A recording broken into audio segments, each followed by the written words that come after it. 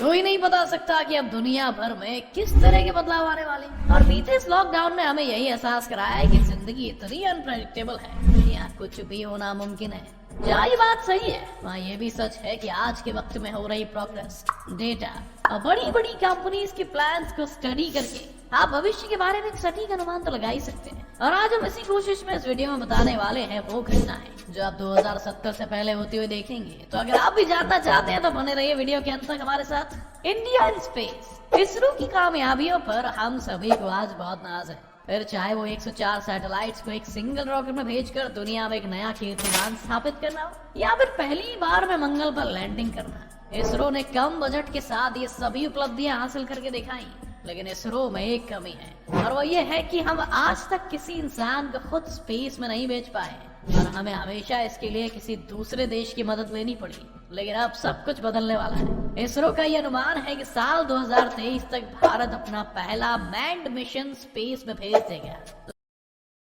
सटीक तारीख में थोड़ा सा फर्क आ सकता है, लेकिन भारत का पहला मैन्ड मिशन अब सिर्फ 3 या 4 साल में ही आपको देखने को मिलेगा। इस अभियान का नाम गगनयान रखा गया है और 10,000 करोड़ रुपए की लागत वाले इस अभियान का लक्ष्य 3 लोगों वाले एक स्पेस क्रू को 5 से 7 दिन तक स्पेस में ले जाकर वापस लाने का है। Rise of population and climate, एक अनुमान के मुताबिक दुनिया के सबसे ज्यादा जनसंख्या वाले देश चीन की जनसंख्या लगातार बूढ़ी होती जा रही है और उनकी वन चाइल्ड पॉलिसी के कारण उनकी पॉपुलेशन ग्रोथ में भी रुकावट आने वाली है, जिसका मतलब है कि भारत 2024 में ही चीन को जनसंख्या के मामले में पीछे छोड़ देगा।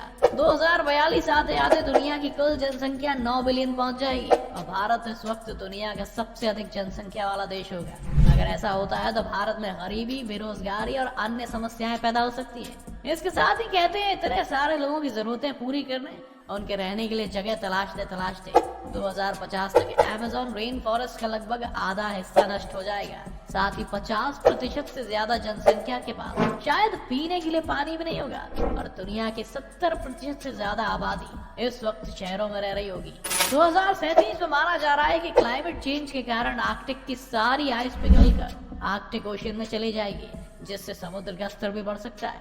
यूं तो इससे काफी नुकसान है, पर चीन को इससे निजी तौर पर यह फायदा है कि उनके लिए यूरोप से व्यापार का एक और समुद्री रास्ता भी इससे खुल सकता है। एलोन मस्क, आने वाले कुछ साल पूरी तरह से एलोन मस्क के होने वाले हैं। जहां भारत अभी स्पेस में जाने का प्लान कर रहा है, वहीं टेस्ला और स्पेसएक्स के मालिक एलोन मस्क 2024 में एक स्पेस क्राफ्ट मंगल ग्रह की तरफ भेज सकते हैं। इस स्पेस क्राफ्ट में एलोन लोगों के बजाय पहले कार्गो मंगल ग्रह तक भेजेंगे और अगर ये मिशन सक्सेसफुल हो जाता है तो 2026-2027 में एलोन का मन मंगल की धरती पर पहला ह्यूमन क्रू भेजने का भी है। कार्गो भेजने से एलोन मस्क ये टेस्ट करना चाहते हैं कि क्या बड़ी संख्या में लोगों को मार्स तक भेजा जा सकता है। साथ ही एलोन मस्क का प्लान मार्स पर बस्तियां बसाने का है, जिसके लिए वहाँ पर बिल्डिंग मटेरियल से लेकर कंप्यूटर्स और न जाने किस किस तरह के उपकरणों की जरूरत पड़ेगी और इसके लिए बड़ी मात्रा में उन्हें धरती से ये सामान वहाँ भेजना पड़ेगा। इसके अलावा एलोन मस्क के हिसाब से 2025 तक वो अपने न्यूरालिंक प्रोजेक्ट को भी पब्लिक के सामने ले आएंगे। न्यूरालिंक वो प्रोजेक्ट है दोस्तों जिसमें एक इंसान के सर में ड्रिल करके उसके ब्रेन में एक चिप फिट की जाएगी जो ब्रेन की ही इलेक्ट्रिसिटी से चलेगी। इस चिप का मकसद मानसिक रोगों से बीमार लोगों के दिमाग में बंद पड़ गए हिस्सों को फिर से एक्टिव करना होगा, जिससे पैरालिसिस से लेकर कई अन्य समस्याओं से जूझ रहे लोग ठीक हो पाएंगे। एलोन का मानना है कि 2040 तक आते आते तो चिप्स इस तरह से काम करने लग जाएंगी कि 2 इंसान जिनके दिमाग में चिप इंसर्टेड है उन्हें आपस में बात करने के लिए बोलने की भी जरूरत नहीं पड़ेगी और वो सिर्फ इस चिप की मदद से ही एक दूसरे से इंटरेक्ट कर पाएंगे। International space station and NASA, बहुत से लोग शायद ये बात ना जानते हो कि धरती के बाहर एक इंटरनेशनल स्पेस स्टेशन है जहाँ हर 6 महीने या साल भर में नए एस्ट्रोनॉट्स रहने जाते हैं और वो वहाँ से ही धरती को ऑब्जर्व करते हैं। साथ ही स्पेस में बहुत से एक्सपेरिमेंट्स को भी अंजाम देते हैं। 1998 में लॉन्च हुए इंटरनेशनल स्पेस स्टेशन या ISS को 2024 में डिकमीशन किया जा सकता है।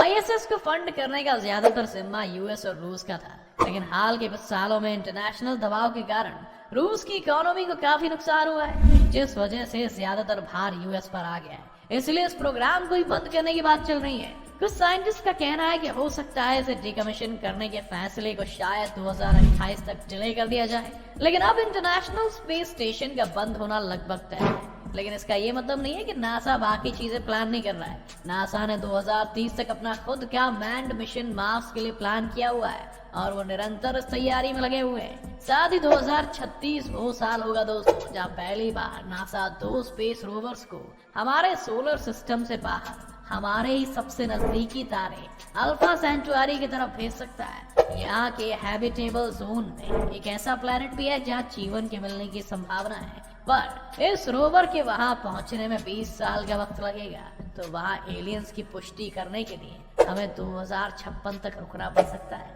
Electric vehicles and clean energy.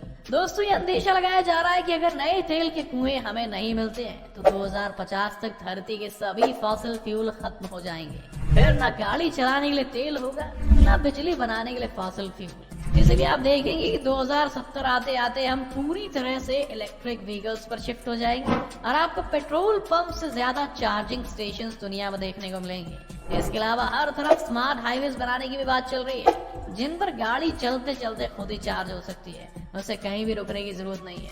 Energy के सेक्टर में आप देखेंगे कि 2070 तक हम सोलर और विंड एनर्जी से तो बिजली बना ही रहे होंगे, लेकिन हमारी ज्यादातर बिजली न्यूक्लियर पावर प्लांट से आएगी। जी जो अभी आर्टिफिशियल सन अपने यहाँ बना रहा है, अगर वो प्रोजेक्ट सक्सेसफुल हो जाता है तो आपको क्लीन न्यूक्लियर एनर्जी मिलेगी जिससे कोई रेडियो एक्टिव रेडिएशन नहीं निकलेगा और ज्यादातर देश इसी तरीके से बिजली बनाना शुरू कर देंगे। Technological singularity. 2045 साल आपको थोड़ा सा डरा सकता है। कहते हैं कि ये साल टेक्नोलॉजिकल सिंगुलैरिटी का होगा, यानी 2045 तक टेक्नोलॉजी इतनी ज्यादा जटिल हो जाएगी कि किसी भी इंसान के लिए इसे समझ पाना मुश्किल हो जाएगा। ये निश्चित तौर पर वो युग भी हो सकता है जब एआई आखिरकार इंसानों को हर क्षेत्र में डोमिनेट करने लगेगी और इंसानों का उनके सामने कोई मुकाबला नहीं रह जाएगा। इसकी तर्क ये भी है कि 2045 तक सभी इंसान अपने अंदर किसी न किसी तरह के टेक्नोलॉजिकल इम्प्लांट्स कराते रहेंगे, जिससे मशीनों के साथ साथ हम भी समांतर गति से विकसित होते रहेंगे। तो ये बातें सुनकर क्या आप भविष्य के लिए एक्साइटेड हैं या आपको धरती की चिंता होने लगी है? आप भविष्य को कैसे देखते हैं हमें कमेंट्स में लिखकर जरूर बताएं। साथ ही अगर ये वीडियो आपको पसंद आया हो तो वीडियो को लाइक करें और ज्यादा से ज्यादा चैनल को सब्सक्राइब करना भी ना भूलें।